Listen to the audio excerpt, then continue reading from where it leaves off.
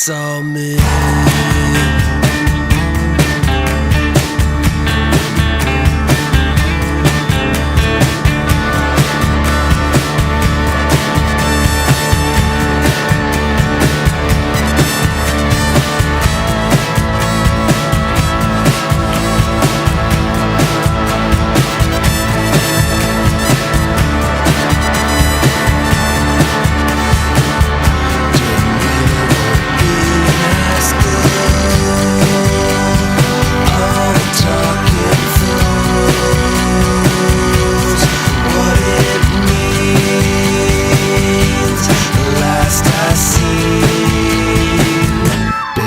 It's all me. Baby, it's all me. Baby, it's all me.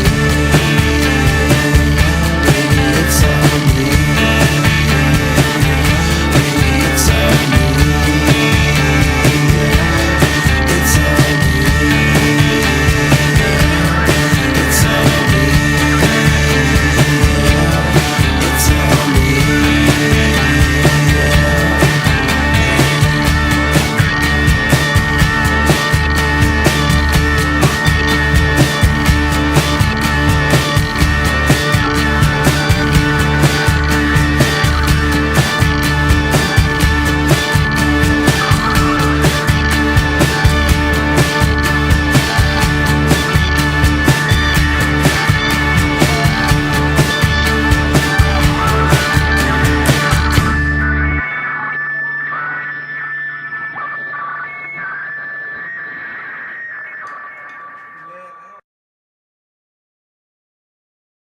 But yeah, don't worry about next semester yet. I don't want to have to worry about next semester yet.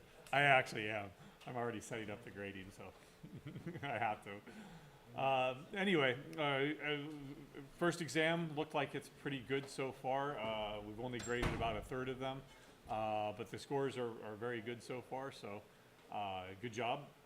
We'll, of course, have those graded by Thursday probably and released. But otherwise, we'll continue with functions. And specifically, something that we briefly talked about, but now let's talk about a little bit more formally, function overloading. So in the C programming language, you have like all these different absolute value functions in the math library. You have abs, which is for integers. You have fabs, which is for floating point numbers. You have labs or labs for longs and long longs, right? Why do you need this? All these functions do exactly the same thing.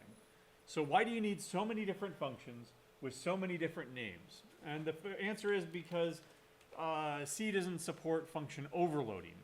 Overloading is the idea that you can have one function, you can have multiple functions, say 4 different functions, but all with the same name, abs, right? Like in Java. You can have multiple functions with the same name, but different parameter types, okay? And again, the quintessential example here is in the math library in Java. You have just 4 abs functions. Let me come over here to Eclipse and let's take a look at it, right? So math.abs, right? And let's go ahead and jump to that, right? So there's an absolute value function for integers. There's an absolute, is it above or below? There's an absolute value function for longs. And there's an absolute value for floats, right? And so there are going to be four different four different functions, but they all have the same name, right? So that I could say int x is equal to 10. Or let's make it negative 10. So that I can go ahead and pass x here, and it will know what the exact function that I want to call is. How does it know? Okay, you're trying to call this absolute value function. Well, there are 4 of them. All right, well, what are you trying to pass to this? You're trying to pass x, which is an integer. So, by process of elimination, which one did you actually mean? I meant the one that takes an integer and returns an integer. If I come over here and I change this to, I don't know, float, right? 10.0, there we go. There we go. Putting an F forces it to become a floating point number. This would just be a double. It's just a little trick, don't worry about it. And again, how does it know that I need to call the floating point number 1? Well, again, you pass me a float, I'm going to call this one for you. That's called static dispatch. And remember, there's an idea of static analyzers, right? Dynamic analyzers. Static just means before it's compiled. In other words, this is a compiler trick. Right? Method overloading allows you to have the ability to have multiple functions with the same name but different parameter types. They have to be different parameter types. Let me show you over here. In my main, I could have a function called public static, I don't know, void foo that takes an integer x, right? And then does something. Right? And then I could have another function with the same name, static void foo int x, but the same parameter type. That's not going to work because a compiler is smart enough to figure out which one you want unless it's completely ambiguous like this, right? When I call foo on x, or here, let's go with y, int y, right, is equal to 10, right? Which one do you actually mean? This one or this one? I can't tell the difference because you're only telling me that you're passing an integer here. The second that I change one of these to a double, now it can figure that out, right? It can figure out, oh, okay, well, you meant the one that takes an integer, not the one that takes a double. You have to change either the number or the type of the parameter in order to have function overloading. That is a concept that was introduced in object-oriented programming, which came about in the late 80s, 90s, which postdates C. So consequently in C, we do not have function overloading. In fact, even in some modern programming languages, we do not have function overloading. Dynamic programming languages like Python, PHP, JavaScript, you don't have function overloading. Instead, what you have is optional arguments, right? But you can only ever have one function named foo, and that's it. Yeah? Could you do the same inputs but different outputs? Like that? I don't know why Nope. you'd ever want to That do would be but- covariant return types, and that won't work, right? Because, check out what I'm doing with it on line 26, right? Nothing. So it can't deduce that you meant the one with that returns nothing because there is nothing, or the one that returns an integer, but you wanted to ignore it, right? So it's not able to have a process of elimination for return types. You can have what are called covariant return types. That's object-oriented programming and inheritance. No, we're not going there yet. All right. So C does not allow function overloading. Java does. Right? And in C, what happens is you end up what's called polluting the namespace. Anytime that you create a function and you name it foo, my math sine Taylor series or whatever, you've polluted the namespace of functions. Nobody else can ever use that function. Consequently, if you have, like, say, two libraries where they have like a create window and a create window function over here, a create window in library A and create window in library B, you want to use both of those functions. You want to use both of those libraries together. Maybe you're not even using those functions. You're going to have a conflict when you go to compile everything together. Consequently, what you do end up doing in C is you end up following this pattern. You just start prepending it with tags, right? And in this case, a tag would be like my math underscore whatever, my awesome library underscore whatever, right? And you end up polluting the namespace with extraneous names. And that's just a way that you have to work around it, right? But that's something that you should be aware of, okay? So the question becomes, how do functions actually work? And for that, I'm going to go ahead and take a look at this Python tutor along with this visualization, right? So how do functions actually work? Well, there's this thing called a stack, right? In fact, it's called the program stack or the call stack. Now, before we even look at those, what comes, well, you can see it off to the side here already, but what comes to mind when you think of a stack? Immediately what comes to my mind is a stack of dishes, okay? So you've got dish on top of dish on top of dish. In other words, it's a pile of dishes, but it's organized. There's the first dish, the second dish, the third dish. Can you just willy-nilly grab a dish out? Now, where are you going to take the dish? At the top. That's called popping off the top. You've washed a dish. Now you need to add it to that stack. Where are you going to put it? Are you going to try to shove it right in the middle? no, it'll fall down. So where do you put it? You put it at the top. And those are the two operations. That's why it's called a LIFO data structure. The last in, first, the last in, first out. Right? LIFO. Come on. All right, fine, I'll type it. Stack. A LIFO data structure. LIFO stands for, LIFO is last in, first out. Because think about those dishes again. You put one on the top. Which is the next one to come out? The one that you last put on the top, right? The basic operations are push. You add something to the top of the stack, right? Pop is you add or you remove the topmost dish or thing, right?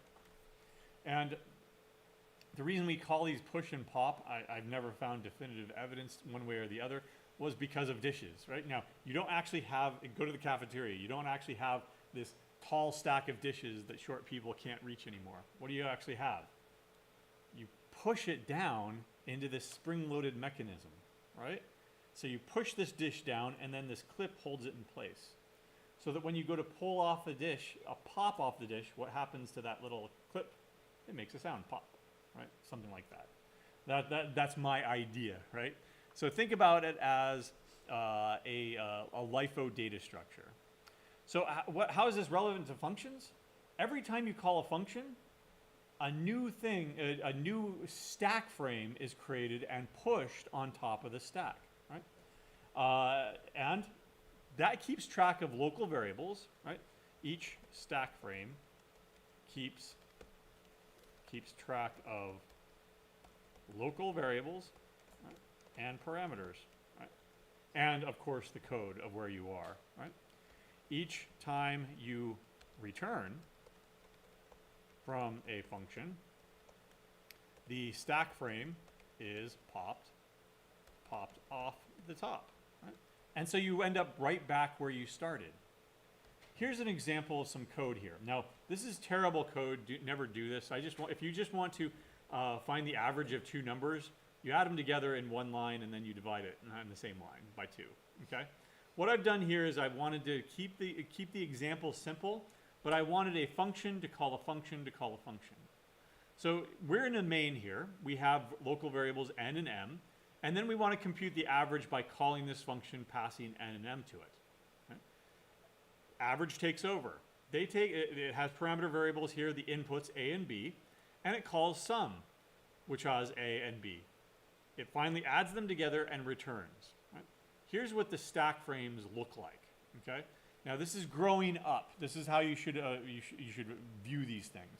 When a program starts, the program code itself is loaded up onto this stack, this call stack. Okay. Then static variables, global variables, static content. You know, the hello world string that gets stored somewhere. That gets stored on the stack. Right?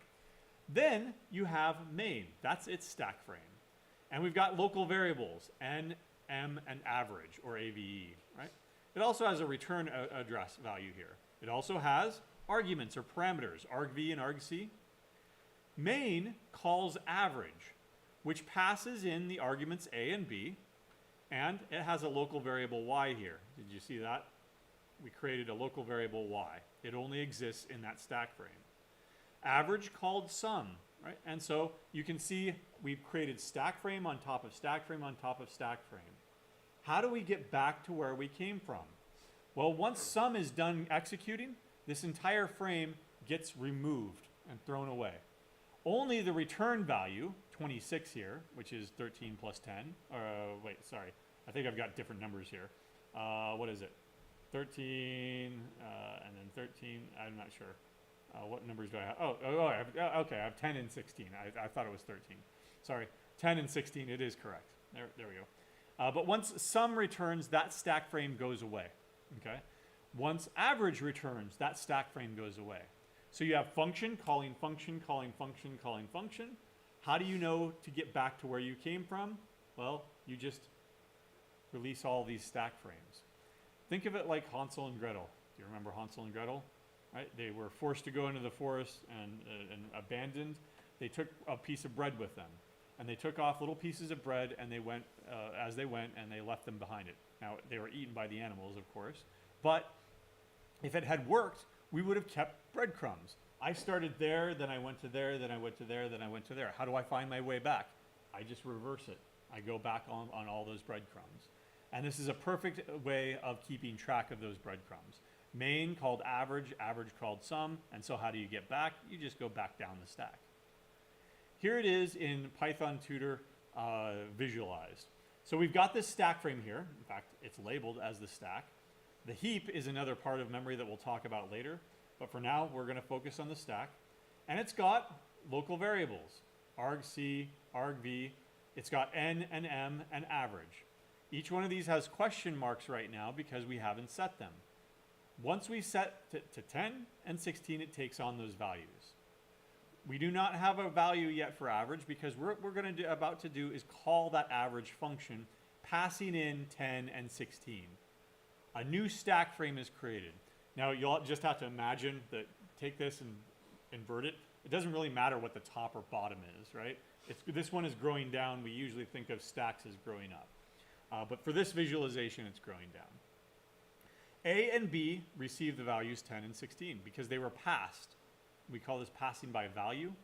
10 and 16 copies of those were given to this function. Are A and B the same variables as n and m? Certainly not. They don't even have the same name. And more importantly, they exist in completely different stack frames. Right? That's why main can't see any of these variables and average can't see any of these variables. This is how scoping actually works, right? We're only creating it for that particular function. Let's go ahead and call sum, right? And again, those values are passed, 10 and 16. Is this A and B, even though they have the same name, the same as this A and B down here? No, again, different stack frames. We end up making a sum, x, right? And the value is returned to the function. Now, as I go back, right, this stack frame is about to be destroyed. Will we have access to A, B, and X anymore? Nope. But luckily, X is returned in our code here and received as Y. So watch Y become 26. Or, sorry, divided by 2, 13. Right? That will end up getting returned back to main, and that stack frame will then be destroyed. Right? So function calls function calls function. Right? Now, that's how it works. Let's take a look at a consequence of that. What I want to do is I want to swap variables. Swap. Int A, int B. Right? So how can I swap variables? I'll create a temporary variable to take on the value A. A will then end up taking the value on B, and B will take up the variable temp. Okay. Now, let me go ahead and create two variables down here. Int A is equal to 10, int B is equal to 20. I want to swap them, A and B. And then I'll print them out. A, B is equal to %D, %D, and the line. A and B. I'll show it to you before we actually swap them. I will show it to you in the function. Swap, swap, swap. There we go. Before and after. Right, there we go. So let's visualize this execution if we can. Yep, there we go. All right. So A and B take on the value 10 and 20. We're going to print them out, 10 and 20 up there. We're about to call this function swap. When I get there, I have now A and B, which are 10 and 20. Print them out again. Within the swap function, I still have 10 and 20, right? Everything's fine up till now. I'm going to go ahead and put the value of A into temp, so temp becomes 10. I'm going to replace the value in A with 20, and so indeed it will end up being swapped. Except that, are the originals swapped? No, because these are completely different variables in a completely different stack frame. I'm obfuscating that by giving them the same name, A and B, right? Because these are just generic variable names. Right? So when this gets printed, those copies are actually swapped, 20 and 10. But the original, when I get back and that stack frame is destroyed, the original A and B are still unchanged. So 10 and 20. Okay? And that's because they exist in different stack frames. But you know what? I really, really want to swap them, right? And we'll talk about that in a second here, right? So again, each stack frame keeps track of local variables and parameters. Again, a consequence is that each stack frame's variables are separate. Right? This gives us scoping, right? And cannot be accessed by other stack frames. We actually like this, right? Because it limits the scope, it limits the consequences of changes. Every function gets its own scope and own variables. Right? In most programming languages, the default, and again, C and Java, both of these, everything I just showed you is exactly the same in Java, same exact behavior here. Variables are passed by value. What this means is that when a function is called, function or method is called, copies of the values of the variables at that point in the program are passed to the function, right? To the function, not the actual variables. The actual variables are not passed. Right? So, as a consequence, no changes can be made from one stack frame to another. Right? And that's a good thing in general. However, in C, we do have a bit more control. Right? We can pass by reference instead. Right? So in that case, what we're doing is we're not passing the copies of the values of the variables. We're not passing values. What we're doing is we're actually passing the variable itself. And the way that that works is by using memory. Okay. Let me see. I don't think I have it up here, but let's go ahead and take a look at what memory typically looks like. Let me go ahead and grab it. Memory. Here we go. Here's another picture. So this is how memory works. Okay. Memory is an address and it has contents. So the address, for all intents and purposes, it's just some number, right? It really depends on how much memory you have, how the addressing works, and stuff like that. But it's just, it's just a bunch of bytes, right? Whatever is stored at this address and what's stored at this address, what's stored at this address, it's all contiguous, right? So for example, when you store a double, right, that's going to be 8 bytes. That's why it's taking up all of this space. 1, 2, 3, 4, 5, 6, 7, 8 bytes. When you store, say, an integer, it's only taking up 4 bytes. 1, 2, 3, 4. Right? 1, 2, 3, 4. When you store a single character, capital H, it's only taking up 1 byte. Right?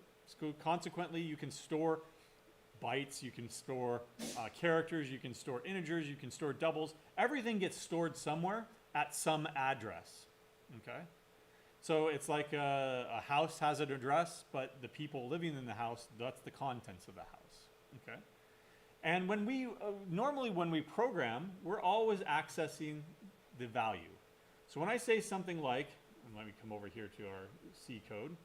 When I do something like, let me open up demo here and get rid of I should have gotten rid of a whole bunch of stuff here now that we're done with it. There we go. So int x is equal to 42. When I have a regular old variable like that, right, it's all opaque to me. In other words, I don't have to worry about the memory address where x is being stored. In fact, I don't even have to worry that it's stored in binary. 42, 10 fingers, 10 toes, we're in decimal. And so I can go ahead and type out 42, and it takes care of all those low-level details for me.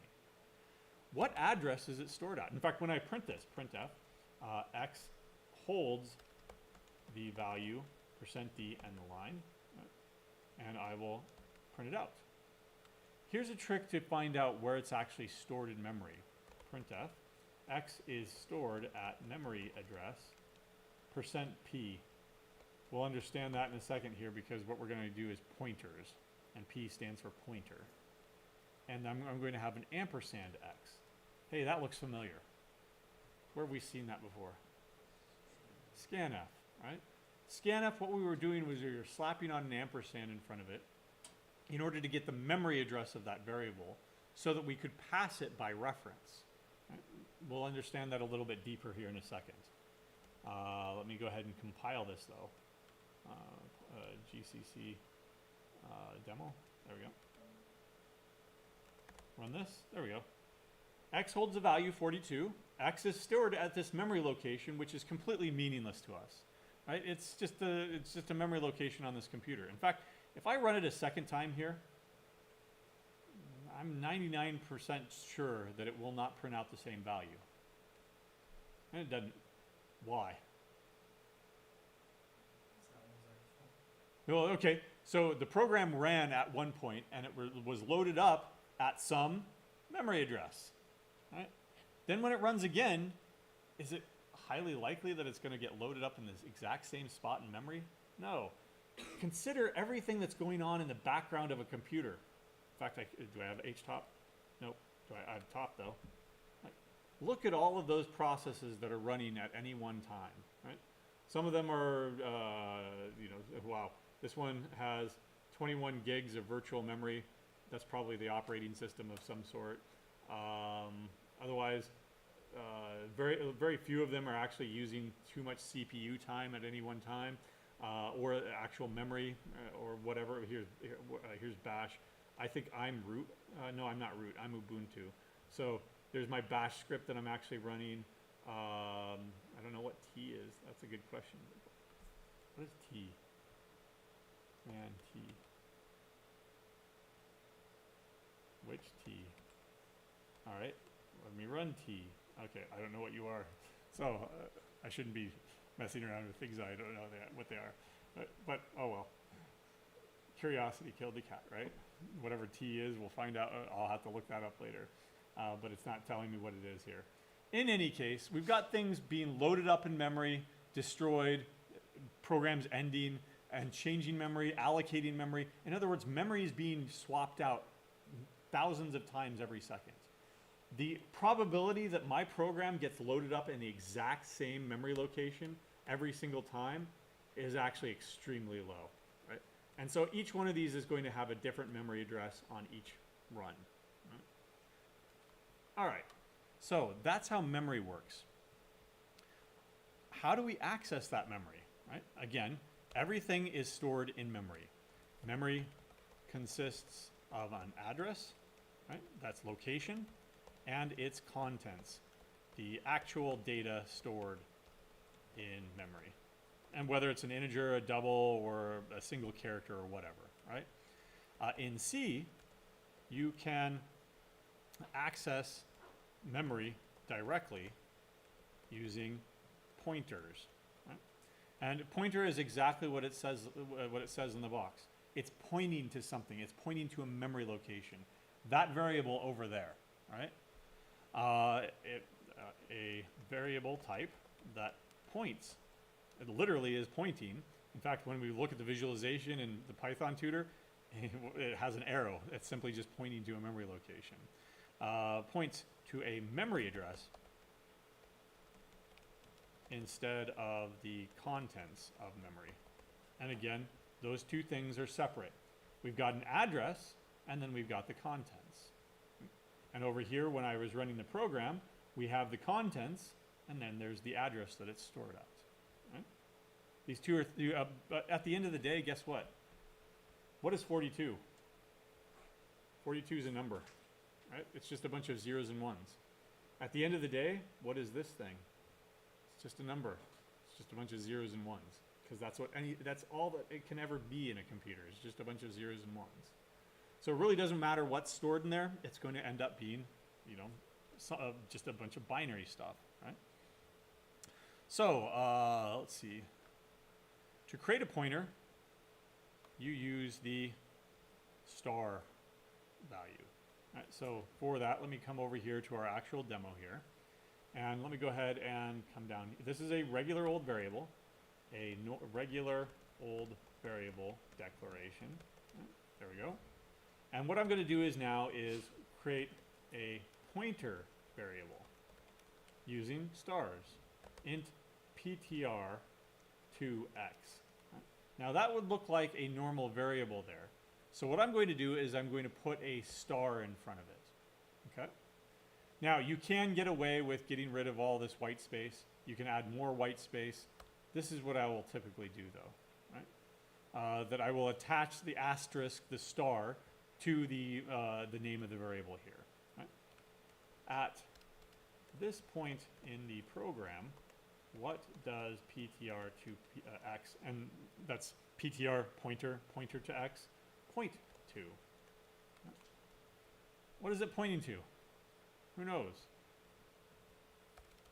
Let's come back up here to line 15. If I declare a regular old variable x and don't assign it a value, what value is stored in that variable? Who knows? Right? It could be probably a 0, but just as Python tutor over here, where is over here? If I shows, let me go run back to the first here. Before it's actually initialized and assigned a value, what symbol is it using? Question mark. We don't know. Right? There is no default value associated with it. Consequently, over here in my code, let me go ahead and assign a value 42. What about a pointer variable? Right? Who knows? It could point to anything, right? Including memory that doesn't exist. Right? It could be pointing to memory location 1, 2, 3, 4, and there is no memory location 1, 2, 3, 4. It could be pointing to memory that exists but does not belong to your program.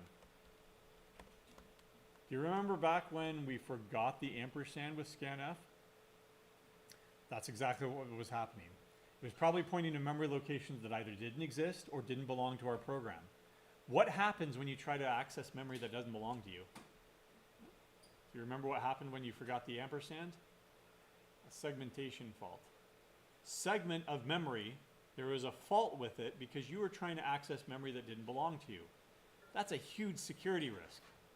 Imagine me trying to write a program that then tried to access the memory of another program that was responsible for storing passwords or something. Right? Now if I can access its memory, guess what? I can grab secret keys, I can grab passwords or whatever. Right? In fact, that was the bug at the heart of the Heartbleed. Do you ever, probably in maybe junior high or whatever, Heartbleed bug, vulnerability. You remember that one? Nope, it affected about 1/3 of all computers in the entire world. There was a bug, an overflow bug, that allowed somebody that existed for years in the OpenSSL library that basically allowed one program to access memory locations of another program or the same program. And if you did this enough times, eventually, just by chance, you would end up getting SSL, secure crypto keys. And then you could, break into systems or do a lot of other nefarious stuff. And all you had to do was keep probing, like it gave you random memory locations. So grab a random memory location. Is there anything stored in there? No, that's just an image. Okay, next, grab a random memory location. Does that look like a bunch of keys? Yep, oh, there's a key, right? There's a signature of a key right there. And it was called Heartbleed, and it was because it allowed arbitrary access to other people's memory. Right? What happens with your program when you forget the ampersand is that the operating system is smart enough to see you are accessing memory locations that don't belong to you. We will kill your program with a segmentation fault, right? And that's what happens. Right? A good operating system will do that. A good operating system will be able to detect that and kill it before it becomes a security issue. Even worse, though, is it could be memory that belongs to your program, but you shouldn't be messing with it, right? Operating system is perfectly happy to let you do whatever you want with your own memory. You can screw up your own memory as much as you want, right? Over here in my program, if I've got pi stored at this memory location and I want to go and muck with it and change it, that's your business. It's your memory, right? The memory will be reclaimed by the operating system when your program ends and terminates. But what you do with it between now and then, that's your business. Imagine me messing up not just Pi, but imagine me messing up my own program code. And you can do that. It's called metaprogramming. You can program code that alters other code, including your own code. Right? And it's meta. That's why it's metaprogramming. Right? But anyway, all those bad things could happen. So for that reason, it is best to initialize memory pointers to something, the only thing that you can say doesn't exist, to null. Right? So ptr2x is equal to null. I could have done that in one line up here. I could have gone null like that. But I'm just doing it in 2 lines right here. Now what does it point to? It's no longer question mark of what it points to. It points to nothing. And that's nothing over there. You can test for null. Very easily. If ptr2x is equal to null, then I can issue an error message. Printf error, do not try to access this memory. Right? And then I can choose to do something else. Right? And how am I doing that? Just equals equals. Is it pointing to null? Right? Don't worry about how null is represented. Unfortunately, you can probably take a look at it. It's 0. Do not rely on that assumption. Okay? It is 0 as far as C is concerned, but it is probably not 0 as far as your actual code, compiled code is concerned. It's probably just some random memory location that is used as a placeholder for null. Okay? Always use the null keyword here. It's all uppercase N-U-L-L. Okay? It's not null. That's what null is in Java. It's not null. There is no null in Python. Instead, in Python, they've got none, right? Or none type. Again, Python, don't worry about it. Okay, so null, you can test for null. So now let's make ptr2x actually point to the variable x. Right. How do I do that? ptr2x is equal to x. Now let's think about that version first of all. That's wrong, right? What is the thing on the left-hand side? It's a pointer. What is the thing on the right-hand side? It's a regular old variable, right? These are not the same. One's a regular old variable, one's a pointer. We need to make them the same. So I'm going to make the thing on the right-hand side into a memory address by giving it the ampersand in front of it, right? Ampersand, the ampersand, that's how you spell it, right? Ampersand, gives you the memory address of any regular old variable. There we go. Yeah. So if you didn't put the ampersand, would it try to go to like memory location 34? 42. 42. Yep, exactly. Let's go ahead and grab the same stuff up here and repeat down here. Right? So remember that x holds the value whatever. X is stored at memory location whatever. Printf ptr2x has the value %p. Right? Remember p for pointer. And let me just go ahead and print out ptr2x. Now remember, I'm not putting an ampersand in front of this. Why? It's already a pointer. It's already a memory address. Right? Now let's go ahead and compile this and run it and show you that there's the memory address, and there's the memory address, and there's the memory address. All the same memory address here. Let's try to do that. Let's try to say ptr2x is equal to x. All right? And then print all this stuff out again. CCC. Right. First of all, what's it telling me? You don't want to do this. The thing on the left-hand side is a memory address, a pointer. The thing on the right-hand side is an integer, right? Int star versus int. Right? And warning, are you sure you really want to do this? Right? If I'd shut off all warnings, then it wouldn't even have told me about this. That's how you can shut off all warnings. Turn on all warnings, and alarm bells will be ringing here. But it's just a warning. All right, it's your memory. Go ahead and try it if you want to. All right. Now, what's going to end up happening here? PTR to X has the value 2A. Hexadecimal converter. There we go. Decimal to, I want the, yeah, okay, we can go back from hexadecimal to decimal. What was it, 0x? 2A? I wonder what that is in decimal. 42. Right? So what this is doing is it's making it point to the memory location 42. That's not that bad. Right? I can point to whatever I want to. Right? But the second that I try to jump to that memory location and grab the contents of it, that's when things are going to go wrong. Right? So what I'm going to try to do is, let's get the contents pointed to by PTR to X. Right? To X. All right, printf. PTR to X is pointing to memory location %p, which holds the value %d end the line. PTR to X, that's my pointer variable. How do I get the thing out of it that is being stored there? I dereference it. PTR to X. Do you see what I just did there? Instead of putting an ampersand in front of it, I put another asterisk. Those two symbols are the opposite of each other.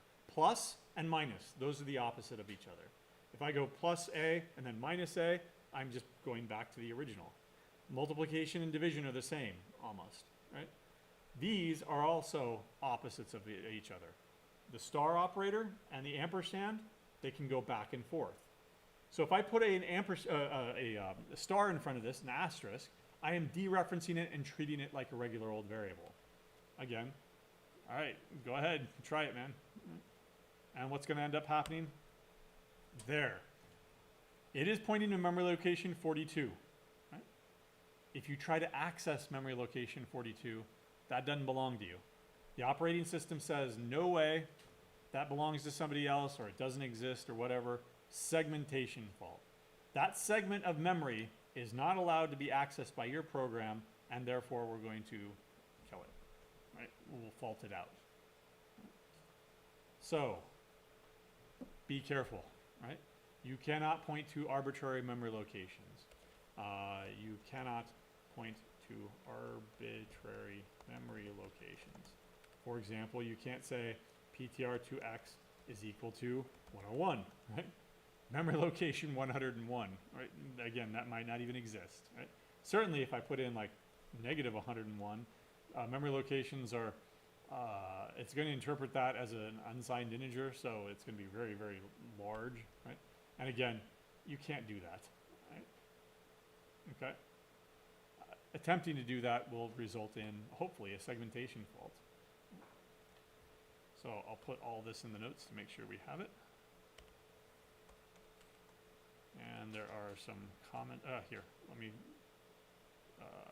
format it as C. There we go. Okay, yep, no questions online. All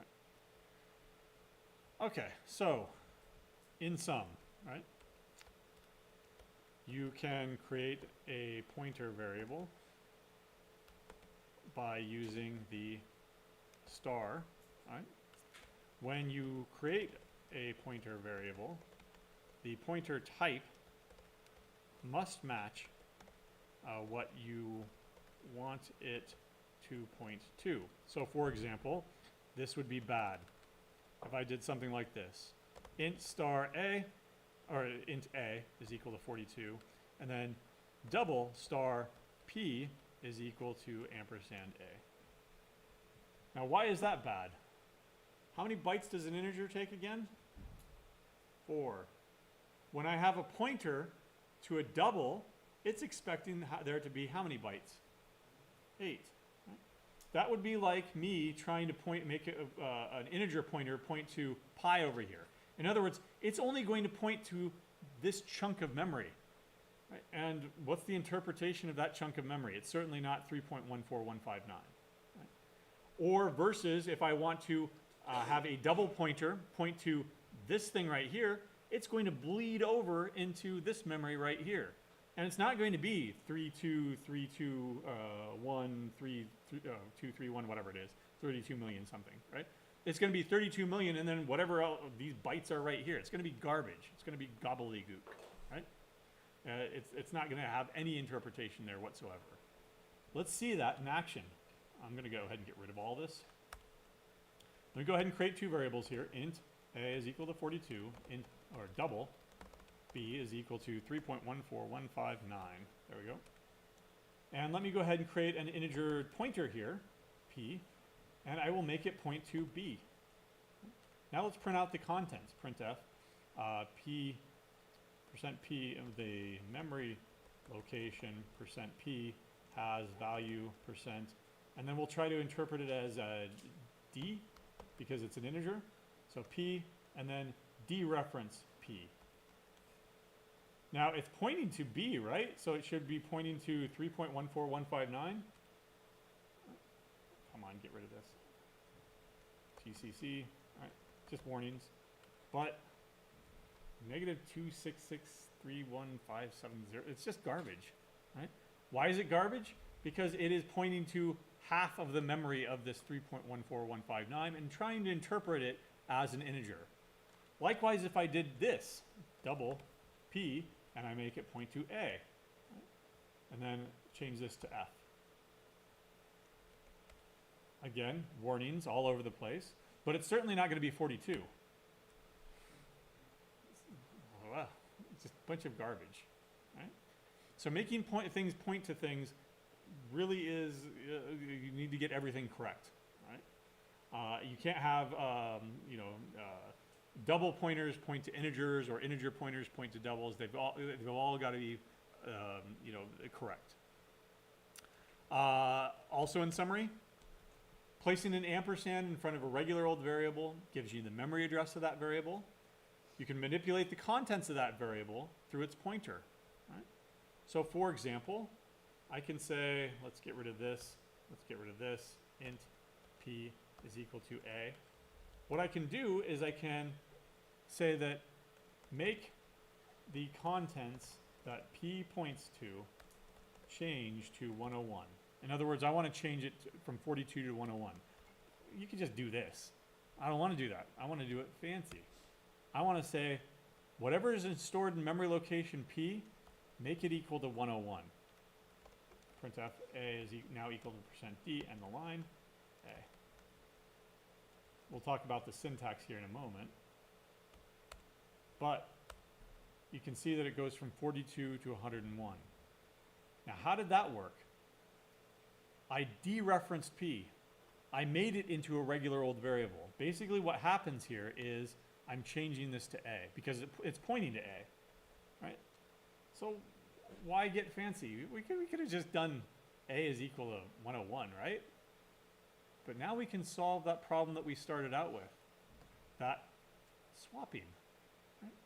If I have a memory address of the original value of a here and the original value of b, then it doesn't matter that I'm in a completely different stack frame. If I've got a pointer to that thing over there in that stack frame, I can dereference it and jump to that, that memory location and directly manipulate the contents right there.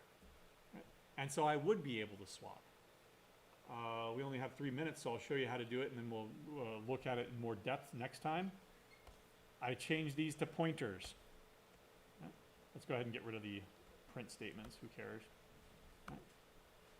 Now, those are pointers. I need to get what is stored in those pointers. So I dereference, dereference, dereference, dereference, but I don't dereference temp. Why? What type of variable is temp? It's just a regular old variable. Right? Now when I call swap, I need to change those into pointers. So how do I take a regular old variable and turn it into a pointer? Ampersand and ampersand. Now let's visualize this execution really quick. Oops, that's not what I wanted. It will literally show you that these are pointers. Right? A and B have 10. Print them out, 10, 20. When I go into swap, These are pointers to an integer, not an integer.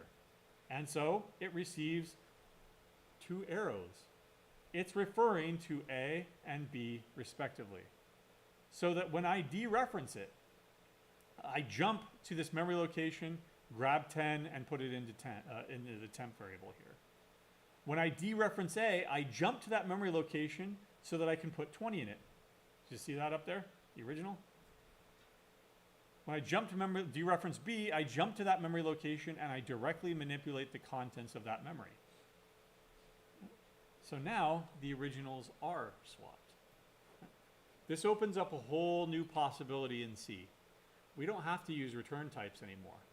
You want to compute the Taylor series of sine, or you want to compute the monthly payment of a loan, right? Instead of returning that value to you, what I could do is you could say, you give me a pointer reference, and I will go ahead and jump to that memory location and fill it automatically for you. Right? Now, this opens up a lot of possibilities. First of all, I can directly manipulate the contents of any memory location anywhere in my program. But also, it frees up the return value to do error handling, which is what we'll talk about next, after we've mastered pointers. All right, I'll see you on Wednesday.